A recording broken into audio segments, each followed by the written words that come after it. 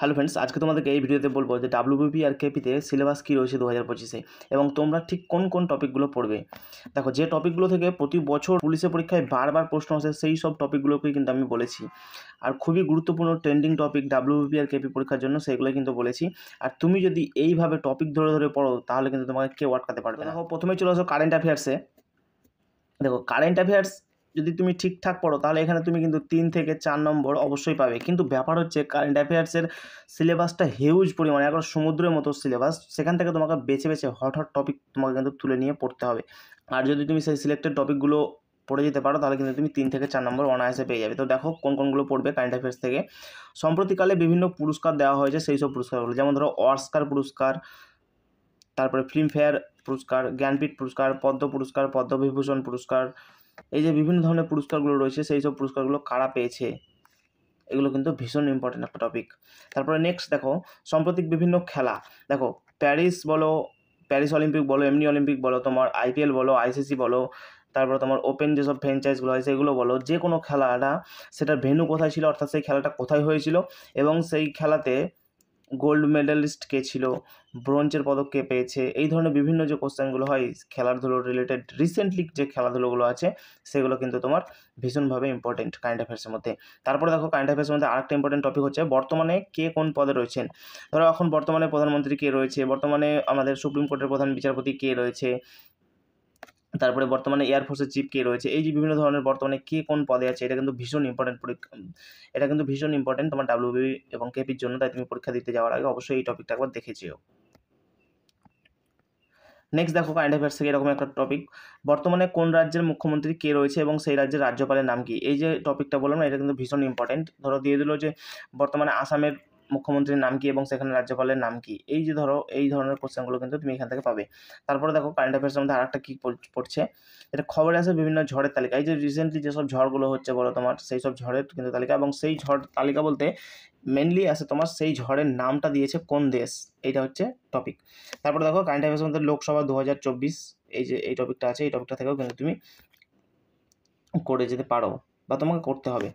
কেননা এই যে এই কয়েকটা টপিক ধরলেই কিন্তু তুমি 3 থেকে 4 নম্বর অনায়াসে পেয়ে যাবে। দেখো, কারেন্ট অ্যাফেয়ার্সের যে সিলেবাস সেটা কিন্তু হিউজ পরিমাণে, সেটা কেউ কোনো দিন কমপ্লিট করে যেতে পারে না অবশ্যই। কিন্তু ব্যাপার হচ্ছে সেখান থেকে তুমি 3 থেকে 4 নম্বর পাওয়ার মতো জায়গা কিন্তু তৈরি করে যেতে পারো। তারপরে দেখো, স্ট্যাটিক জিকের মধ্যে কী কী পড়বে তুমি, কোন ক্ষেত্রে কোন পুরস্কার দেওয়া হয়। যেমন ধরো, জ্ঞানপীঠ পুরস্কার কোন ক্ষেত্রে দেওয়া হয়, সাহিত্যে দেওয়া হয়। অর্জুন পুরস্কার কোন ক্ষেত্রে দেওয়া হয়, খেলাধুলার ক্ষেত্রে দেওয়া হয়। দ্রোণাচার্য পুরস্কার কোন ক্ষেত্রে দেওয়া হয়, খেলাধুলার ক্ষেত্রে দেওয়া হয়। এই যে কোন ক্ষেত্রে কোন পুরস্কার দেওয়া হয় এটাও কিন্তু বেশ ভালো একটা টপিক। তারপর দেখো, স্ট্র্যাটেজিকের মধ্যে আরেকটা হট টপিক তোমার হচ্ছে বিভিন্ন রাজ্যের উৎসব ও নৃত্য। কোন রাজ্যে কোন উৎসব, তোমার মোহিনীঅট্টম থেকে শুরু করে এখন কিন্তু তোমার বিশেষ করে যে তোমার লোকাল নৃত্যগুলো হচ্ছে, আঞ্চলিক নৃত্য, সেই সব নৃত্যগুলোর উপরে বিশেষভাবে জোর দিচ্ছে। তুমি কিন্তু সেই টপিকটা ভালো করে পড়ে যাবে। তারপরে দেখো, বিভিন্ন দেশের মুদ্রার নাম কি। বিশেষ করে দেখবে যে দেশটা বেশি চর্চার মধ্যে রয়েছে, যেমন তোমার ইউক্রেন বলো, তারপরে এদিকে ইসরায়েল বলো, এখন পাকিস্তান যেমন চর্চাতে রয়েছে, ঠিক তেমনই যেই সব দেশগুলো চর্চার মধ্যে রয়েছে সেই সব দেশের মুদ্রার নাম, এবং তার পাশাপাশি তুমি ভারতের যে প্রতিবেশী দেশগুলো রয়েছে সেই সব প্রতিবেশী দেশের তুমি কিন্তু মুদ্রার নাম তা তুমি জেনে যেও অবশ্যই। নেক্সট দেখো কী বলছে, বিভিন্ন গুরুত্বপূর্ণ দিবস। যেমন ধরো 8ই মে হচ্ছে নারী দিবস থেকে শুরু করে 21-22 মার্চ যেসব বন দিবস, জল দিবসগুলো আছে সেই সব দিবসগুলো কিন্তু তুমি জেনে যাও। এগুলো কিন্তু বেশ গুরুত্বপূর্ণ একটা টপিক। তারপরে নেক্সট দেখো, বিভিন্ন বিষয় সংক্রান্ত বিদ্যা। যেমন ধরো, মৌমাছি পালন বিদ্যাকে কী বলে, চিংড়ি পালন বিদ্যাকে কী বলে, ব্যাঙ পালন বিদ্যাকে কী বলে। বিভিন্ন ধরনের যে বিদ্যাগুলো রয়েছে, অর্থাৎ সায়েন্টিফিক নেম যে কালচারের, এগ্রিকালচারকে সায়েন্টিফিক ভাষায় কী বলে, উদ্যান পালন বিদ্যাকে কী বলে। এই যে বিভিন্ন বিষয় সংক্রান্ত বিদ্যা কিন্তু এটা কিন্তু বিশেষ একটা টপিক। তারপর দেখো, কে কোন বাদ্যযন্ত্রের সাথে যুক্ত, এটাও কিন্তু ভীষণভাবে একটা পিএসসি এখন এখান থেকে বেশ ভালো রকম কোশ্চেন তুলছে যে কে কোন বাদ্যযন্ত্রের সাথে যুক্ত। বলে দিল হরিপ্রসাদ চৌরিশারা কোন বাদ্যযন্ত্রের সাথে যুক্ত, বা জাকির হোসেন কোন বাদ্যযন্ত্রের সাথে যুক্ত। এই যে দিয়ে দিয়েছে তোমাকে এইসব টপিকগুলো কিন্তু বেশ ভালো রকম। তারপর দেখো, কে কোন নৃত্যের সাথে যুক্ত, যেমন কে কোন বাদ্যযন্ত্রের সাথে যুক্ত ঠিক তেমনই কে কোন নৃত্যের সাথে যুক্ত, এটাও ততটাই ইম্পর্টেন্ট। তারপর দেখো, বিভিন্ন ব্যক্তির ছদ্মনাম। আমরা দেখেছি যে বিভিন্ন ব্যক্তি কিন্তু তাদের ছদ্মনাম ধরে কিন্তু বিভিন্ন রচনা তৈরি করেছেন, তাদের যে বিভিন্ন ছদ্মনাম রয়েছে সেটা কিন্তু ভীষণ ইম্পর্টেন্ট। তারপর দেখো, বিভিন্ন চরিত্র স্রষ্টার নাম, কে কোন চরিত্র, ঘনাদা চরিত্র কে সৃষ্টি করেছে, এরকম তোমার প্রশ্ন আসতে পারে, ঠিক আছে। তার পশ্চিমবঙ্গের রাজ্য পশু, যেহেতু এটা দেখো ডাব্লিউবিপি ঠিক আছে, যেহেতু এটা তোমার ডাব্লিউবি আর কেপি যেহেতু ওয়েস্ট বেঙ্গলের ভিত্তিতে পরীক্ষাটা হবে, তাই কিন্তু তোমার পশ্চিমবঙ্গের রাজ্য পশু কী আছে, পশ্চিমবঙ্গের রাজ্য পাখি কী আছে, পশ্চিমবঙ্গের রাজ্য ফুল কী আছে এবং তার সাথে সাথে পশ্চিমবঙ্গের রাজ্য ফল কী আছে সেটাও কিন্তু ভীষণভাবে ইম্পর্টেন্ট, তোমাকে এটা পড়তে হবে। তারপর দেখো ইতিহাসে কিন্তু প্রচুর পড়তে হয়। দেখো তুমি তার মধ্যে সিলেক্টেড কয়েকটা তোমার টপিক আমি রেখেছি। দেখো যেমন রয়েছে, দেখো বিভিন্ন যুদ্ধ ও তার সাল, কোন সালে কোন যুদ্ধ হয়েছিল তার সাল, এবং সেই যুদ্ধে যদি পারো তো এটা জেনে যেও যে তার সাথে এক্সট্রা একটা পয়েন্ট যে কে জয়লাভ করেছিল, অর্থাৎ উইনার কে, সেই যুদ্ধের উইনারটা কে ছিল, এটা কিন্তু তোমাকে একটু দেখে যেতে হবে। তারপরে দেখো বিভিন্ন সন্ধি ও তার সাল, তারপরে দেখো বিভিন্ন সভা ও প্রতিষ্ঠা, যেমন তোমার বিভিন্ন ধরনের সভা রয়েছে, আত্মীয় সভা থেকে শুরু করে বিভিন্ন ব্রহ্ম সমাজ, বিভিন্ন সভা ও সমাজ যাকে বলে অ্যাকচুয়ালি, সেটার প্রতিষ্ঠাতা কে, এটা কিন্তু ভীষণ ইম্পর্টেন্ট। তারপরে দেখো কে কার শাসনকালে ভারতে এসেছিল, এটাও কিন্তু একটা টপিক, এটা স্ট্র্যাটেজিকের মধ্যেও চলে আসে, আবার তোমার ইতিহাসের মধ্যেও চলে আসে যে কে কার শাসনকালে ভারতে এসেছিল। যেমন ধরো চন্দ্রগুপ্তের সময় কে এসেছিল, মেগাস্থানিস হয়ে যাবে, তার লেখা একটা বইয়ের নাম, এইগুলো হচ্ছে ইম্পর্টেন্ট এখানকার। তারপরে দেখো তারপরে চলে আসো বৌদ্ধ ধর্ম ও জৈন ধর্ম। বৌদ্ধ ধর্ম ও জৈন ধর্ম এমন একটা টপিক যেখান থেকে এমন পরীক্ষা নেই যেটা প্রশ্ন আসে না, প্রত্যেকটা পরীক্ষায় কিন্তু এই বৌদ্ধ ধর্ম আর জৈন ধর্ম থেকে পরীক্ষায় প্রশ্ন আসেই। তারপরে দেখো বিভিন্ন বৌদ্ধ ধর্ম যে তারা বিশ্ববিদ্যালয় স্থাপন করেছিল বা তারা বৌদ্ধ বিহারগুলো স্থাপন করেছিল সেগুলো সম্পর্কে কিন্তু তোমাকে জানতে হবে, অর্থাৎ কোন রাজবংশর কালে বা কোন রাজা সেটাকে স্থাপন করেছিল, এটা হচ্ছে মেন ব্যাপার এখানে।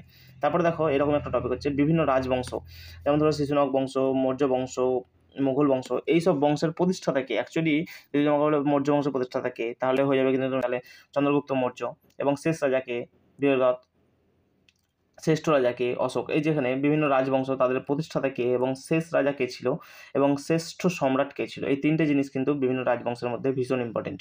তারপর দেখো বিভিন্ন স্থাপত্য কার আমলে কোনটা তৈরি হয়েছিল, বিভিন্ন ধরনের যে মন্দির বলো, স্থাপত্য বলো, কলাকার্যগুলো বলো, সেগুলো কার সময়ে তৈরি হয়েছিল, এটা কিন্তু ভীষণ ইম্পর্টেন্ট একটা টপিক।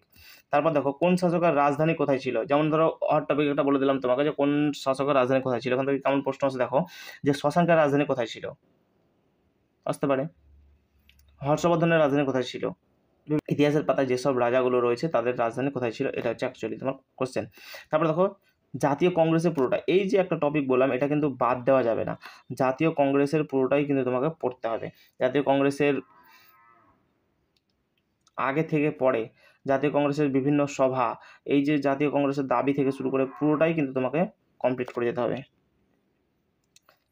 তারপরে দেখো পড়ে যেতে হবে তোমাকে ইতিহাস থেকে আরেকটা টপিক, যেটা হচ্ছে ব্রিটিশদের বিভিন্ন আইন, মানে ব্রিটিশরা রেগুলেটিং অ্যাক্ট থেকে শুরু করে বিভিন্ন ধরনের যে ভারত শাসন আইন, বিভিন্ন ধরনের আইনগুলো বানিয়েছিল কিছুদিন পর পর, সেই সব আইনগুলো তোমাকে একটু হালকা করে জেনে যেতে হবে। নেক্সট দেখো ইতিহাসে আরও কয়েকটি যে বিভিন্ন ভারতের বিভিন্ন ভাইসরয়ের নাম, তারপরে ঐতিহাসিক কিছু বইয়ের নাম যে কে কোন বইটা লিখেছিল, তারপরে কিছু সংবাদপত্র ও সম্পাদকের নাম। আমরা এটা মানে ভীষণ একটা টপিক, তোমার এখান থেকে মোটামুটি 10-15টা করে গেলেই পেয়ে যাবা। তারপরে গুরুত্বপূর্ণ বিদ্রোহ থেকে শুরু করে তার সাথে সাথে যোগ লাগাও তুমি মহাবিদ্রোহ, এটা কিন্তু ভালো করেই তোমাকে পড়ে যেতে হবে। তার সাথে সাথে তোমার ইম্পর্টেন্ট হচ্ছে মহাবিদ্রোহ। তারপরে দেখো যারা সমাজ সংস্করণ ছিল তাদের নাম, রাজা রামমোহন রায় থেকে শুরু করে ঈশ্বরচন্দ্র বিদ্যাসাগর, যারা ছিল তোমার, যারা কিছু সমাজের জন্য করে গেছে তাদের কিন্তু নামগুলো তোমাকে জানতে হবে, এবং তাদের যেসব কাজগুলো রয়েছে সেটাও কিন্তু ভীষণ ইম্পর্টেন্ট।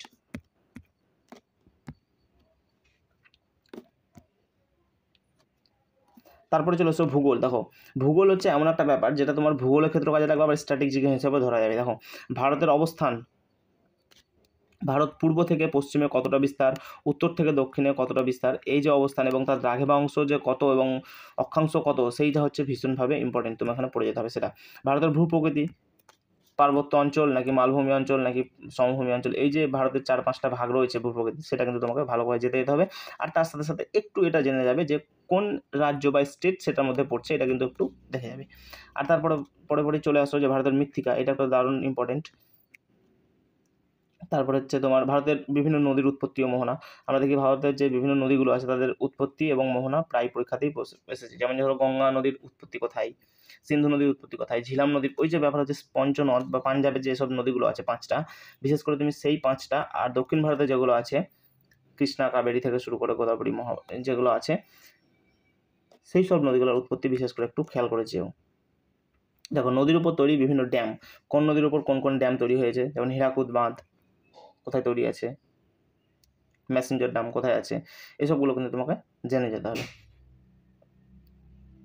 তারপর দেখো আমাদের সৌরজগৎ, নেক্সট বায়ুমণ্ডলের স্তর, বায়ুমণ্ডলের 4-5টা যে স্তর আছে, troposphere, stratosphere, mesosphere, thermosphere, exosphere, এইসব যে স্তরগুলো রয়েছে সেগুলো কিন্তু তোমাকে একটু দেখে যেতে হবে। এবং তার সাথে সাথে এটা দেখে যেতে হবে কোন স্তরের বৈশিষ্ট্য কী, বলে দিল কোথায় শান্তমণ্ডল বিরাজ করে, কোথায় ঝড় বৃষ্টি হয় না, বিভিন্ন ধরনের কোশ্চেন হয় এই স্তর থেকে, তাই একটু হালকা করে চোখ বুলিয়ে যাবে এখান থেকে। নেক্সট দেখো পৃথিবীর বিভিন্ন বায়ু, স্থানীয় বায়ু, আঞ্চলিক বায়ু কী নামে পরিচিত। তারপর দেখো পৃথিবীর বিভিন্ন স্থানে তৃণভূমি কী নামে পরিচিত, বলে পম্পাস, ভেল্ট, বিভিন্ন ধরনের যে তৃণভূমিগুলো রয়েছে, এটা কিন্তু ওয়ার্ল্ডের ক্ষেত্রে, হ্যাঁ ওয়ার্ল্ডের ক্ষেত্রে তুমি একটু দেখে যাবা। তারপর দেখো ভারতের বিভিন্ন জাতীয় উদ্যান, ভারতের যে বিভিন্ন জাতীয় উদ্যানগুলো রয়েছে সেগুলো সম্পর্কে তোমাকে একটু জেনে যেতে হবে। তার সাথে সাথে দেখো ভারতের বিভিন্ন যে পর্বত শৃঙ্গগুলো রয়েছে কোথায়, কোন পর্বতের হাইয়েস্ট পিক কোনগুলো, সেগুলো তোমাকে জেনে যেতে হবে। তারপর ভারতের বিভিন্ন নদীগুলো রয়েছে, নদী অববাহিকা, সেগুলো তোমাকে জেনে যেতে হবে। তারপর মোস্টলি তোমাকে জেনে যেতে হবে যে ভারতের কৃষি, দেখো ভারতের কৃষি বলতে তোমাকে এখানে যে রবি বলো, খারিফ বলো, জাইদ বলো, এই যে কৃষি সম্পর্কে এটা বলে যেতে হবে। আর কোন রাজ্যে কোন কৃষির অধিক্য রয়েছে, বা ধরো বলে দিল যে চীনাবাদাম উৎপাদনে ফার্স্ট কোন রাজ্য রয়েছে এবছর 2025, এই যে টপিকটা এটা তোমাকে দেখে যেতে হবে হালকা করে। আর নদীর বিভিন্ন ভূমিরূপ, যেমন নদীর ক্ষয়কার্যের ফলে ভূমিরূপ, বায়ুর ক্ষয়কার্যের ফলে, হিমবাহের ক্ষয়কার্যের ফলে, নদীর সঞ্চয়ের ফলে, বায়ুর সঞ্চয়ের ফলে, হিমবাহের সঞ্চয়ের ফলে, অর্থাৎ তোমাকে অ্যাকচুয়ালি নদী, বায়ু আর হিমবাহ এই মেনলি তিনটেই থাকে। এই তিনটের ফলে যে ক্ষয়কার্য হয় আর যে সঞ্চয় কার্য হয় তার ফলে নদী, তার ফলে এই তিনটেতেই কিন্তু বিভিন্ন ধরনের ভূমিরূপের সৃষ্টি হয়, আর সেগুলোই কিন্তু তোমাকে জেনে যেতে হবে। তাহলে তোমাকে ধরো সার্ক বা কড়ি, যেটা কিসের সাহায্যে তৈরি হয়েছে বা এটা কার দ্বারা গঠিত ভূমিরূপ। তারপর দেখো কোন নদীর তীরে কোন শহর অবস্থিত, এটা কিন্তু ভীষণ ইম্পর্টেন্ট একটা টপিক। তারপর দেখো ভারতের বিভিন্ন বন্দর, ভারতের বিভিন্ন খনিজ, অর্থাৎ খনিজ বলতে তোমাকে এখানে যে ভারতের বিভিন্ন খনিজ যে উত্তোলক খনিগুলো রয়েছে সেইগুলোর কথা জানতে চাওয়া হয়, যে খনিজও বলতে পারো তুমি, কারণ কোন খনিজ কোন রাজ্যে পাওয়া যায় এটা একটা টপিক। তেমন এই খনিজ যে খনিজ উত্তোলক কেন্দ্রটা এটা কোন রাজ্যে রয়েছে এটাও তোমার একটা ইম্পর্টেন্ট টপিক। তারপরে দেখো ভারতের বিভিন্ন উপজাতি, তারপরে দেখো ভারতের বিভিন্ন ফসল, যেটা বললাম রবি ফসল, জাইদ ফসল, খারিফ ফসল। নেক্সট হচ্ছে তোমার সংবিধান। সংবিধানের ক্ষেত্রে দেখো খুব সিলেক্টিভ কয়েকটা তোমার এখানে টপিক বলেছি আমি, যে সংবিধানের উৎস কী, ঠিক আছে। তারপর সংবিধানের গুরুত্বপূর্ণ ধারা, যে আর্টিকেল, বিভিন্ন ইম্পর্টেন্ট আর্টিকেলগুলো রয়েছে সেই সব আর্টিকেলগুলো তোমাকে এখানে হালকা পাতলা জেনে যেতে হবে, খুব বেশি না জানলেও হবে। এখানে ডাব্লিউবিপি আর কেপির জন্য তোমাকে মোটামুটি তোমার 40 থেকে 50টা যদি তুমি এখানে করে যাও তাহলে কিন্তু তুমি এখানে পেয়ে যাবা। দেখো তারপরে আছে সংবিধান সংশোধন। এই সংবিধান সংশোধন, গুরুত্বপূর্ণ যে সংবিধান সংশোধনগুলো রয়েছে কোনগুলো সেগুলো, এবং সেটা কোন সালে হয়েছে এটা কিন্তু বেশ ইম্পর্টেন্ট। তারপরে দেখো সংবিধানের গুরুত্বপূর্ণ রিট, যে হাইকোর্ট বলো বা সুপ্রিম কোর্ট বলো কত নম্বর ধারায় কী রিট জারি করতে পারে, এটা কিন্তু ভীষণ ইম্পর্টেন্ট। তারপরে দেখো মৌলিক অধিকার, এই যে মৌলিক অধিকার রয়েছে, এই মৌলিক অধিকার যেমন ইম্পর্টেন্ট ঠিক তেমনই ইম্পর্টেন্ট হচ্ছে তোমার মৌলিক কর্তব্য। তারপর প্রধানমন্ত্রী বলো, মন্ত্রী পরিষদ, আর রাষ্ট্রপতি, এর সাথে সাথে হালকা রাষ্ট্রপতি আর উপরাষ্ট্রপতি, আর কে কাকে নিয়োগ করে থাকে এটা একটা টপিক, আর ন্যূনতম বয়স ক্ষেত্রে, এই দুটো টপিক কিন্তু ভেরি ইম্পর্টেন্ট। দেখো বিজ্ঞানে প্রথমে তুমি পড়বে বিভিন্ন শ্রেণীর লিভার। দেখো আমি যে টপিকগুলো এনেছি না আসলে হট টপিক, এগুলো তোমার প্রত্যেক বছর এই সব টপিক থেকে কিন্তু প্রশ্ন এসেছে। আমি বিগত কয়েক বছরের কোশ্চেন লাড়াঘাটার পরে কিন্তু এটা তোমার তৈরি করেছি তোমাদের জন্য, যে বিজ্ঞান থেকে, ভূগোল থেকে, ইতিহাস থেকে, সংবিধান থেকে কোন কোন টপিক থেকে বারেবার ম্যাক্সিমাম তোমার কোশ্চেন পুছেছে, সেই সব টপিকগুলো কিন্তু আমি এখানে তুলে ধরেছি তোমার সাথে। যেমন ধরো বিজ্ঞানের যদি ক্ষেত্রে বলি, তোমার বিভিন্ন শ্রেণীর লিভার, তুমি যদি ডাব্লিউবিপির প্রিভিয়াস ইয়ারের সালের কোশ্চেন তুমি একটু খোঁজার চেষ্টা করো বা যদি একটু চোখ বোলাও, তাহলে তুমি 2-1 বছর পরই দেখতে পাবে যে বিভিন্ন শ্রেণীর লিভার, যে এটা কোন শ্রেণীর লিভার, বা বলে দিল তৃতীয় শ্রেণীর লিভার একটা উদাহরণ দাও, বলে দিল হাত কোন শ্রেণীর লিভার, তো মাছ ধরা, বিভিন্ন ধরনের তোমার লিভার নিয়ে কোশ্চেন আছে, তুমি খুঁজে দেখবে কোশ্চেন পেলে। তো বিভিন্ন রাশির, তারপরে এরকমই একটা টপিক হচ্ছে বিভিন্ন রাশির একক, বিভিন্ন আবিষ্কারক, যেমন তোমার বলে দিল ফেসবুকের আবিষ্কারকে, ইউটিউবের আবিষ্কারকে, তারপরে বলে দিল তোমার যে ছাপাখানার আবিষ্কারকে, বিভিন্ন ধরনের আবিষ্কারগুলো নেই, সেই আবিষ্কারগুলো কিন্তু এখানে ভীষণভাবে ইম্পর্টেন্ট। তারপর দেখো বিভিন্ন পরিমাপক যন্ত্র, বায়ুর চাপ পরিমাপক যন্ত্র থেকে শুরু করে রক্তচাপ মাপা, বিভিন্ন ধরনের যে বায়ুর গতিবেগ থেকে শুরু করে বিভিন্ন ধরনের যে পরিমাপক যন্ত্রগুলো রয়েছে সেই সব যন্ত্রগুলো কিন্তু এখানে ইম্পর্টেন্ট। এখান থেকে প্রায় তুমি স্ট্যাটিস্টিক্স হিসাবে সায়েন্স থেকে কোশ্চেন কিন্তু পেয়ে যাবে। তারপর দেখো আলো আর তাপ, ভীষণ একটা ইম্পর্টেন্ট একটা চ্যাপ্টার, এই চ্যাপ্টারটা কমপ্লিট করে যেতে হবে। সেরকম একটা ইম্পর্টেন্ট হচ্ছে শব্দ বা সাউন্ড। তারপর দেখো এখানে তোমার সায়েন্স বলতে কেমিস্ট্রি থেকে চলে আসছে, যেটা আইসোটোপ, আইসোবার আর আইসোটোন, এই তিনটে জিনিস তোমাকে ক্লিয়ার করে যেতে হবে। তারপরে চলে আসবে সংকর ধাতু আর ধাতু আর সংকর ধাতু কোনগুলো। তারপরে অ্যাসিড, ক্ষার ও এদের প্রয়োগ, অ্যাসিড, ক্ষার কাকে বলছে, অ্যাসিড কয়েকটা বেশ কিছু অ্যাসিডের নাম তুমি জেনে গেলে, তীব্র অ্যাসিড, মৃদু অ্যাসিডের নাম জেনে গেলে, কয়েকটা মৃদু ক্ষার ও তীব্র ক্ষারের নাম জেনে গেলে এবং তাদের অ্যাকচুয়ালি ব্যবহার কী কোন কোন ক্ষেত্রে হয়ে থাকে, এইসব যে অ্যাসিড ক্ষার এবং তাদের প্রয়োগগুলো হয় সেটা তুমি জেনে গেলে। তারপরে দেখো বিভিন্ন প্রকার আকরিক ধাতুর আকরিক, অর্থাৎ এই বলে দিল যে তামার আকরিকের নাম কী, লোহার আকরিকের নাম কী, যে বিভিন্ন ধরনের ধাতুর আকরিকগুলো রয়েছে সেগুলো কিন্তু ভীষণভাবে ইম্পর্টেন্ট।